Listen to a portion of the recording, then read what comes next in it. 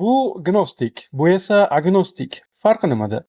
Gnostik bu gnostitsizm oqimi ergashuvchisidir. Gnostitsizm shunday diniy falsafiy oqimki, u o'zida Xudo va borliqning tuzilishi haqida maxfiy, to'g'ridan-to'g'ri bilim mavjud deb hisoblaydi.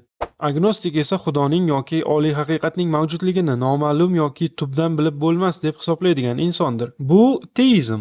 Bu esa deizm. Farqi nimada? Teizm bu Xudoning dunyoni nafaqat yaratganiga, balki unda ishtirok etishini davom ettirishi, sodir bo'layotgan voqealarga ta'sir ko'rsatishiga va borliq bilan o'zaro aloqada bo'lishiga ishonishdir. Deizm esa bu yaratuvchi Xudoga ishonishdir. U dunyoni yaratgan, ammo shundan keyin uning ishlariga umuman aralashmaydi. Bu asketizm. Bu esa rohiblik. Farqi nimada? Asketizm bu ma'naviy, axloqiy yoki shaxsiy intizom yo'lida lazzatlardan, qulayliklardan yoki moddiy boyliklardan ongli ravishda o'zini cheklashdir. Rohiblik bu o'zini butunlay Xudoga yoki diniy amaliyotga bag'ishlash uchun dunyoviy hayotdan ixtiyoriy ravishda voz kechishdir.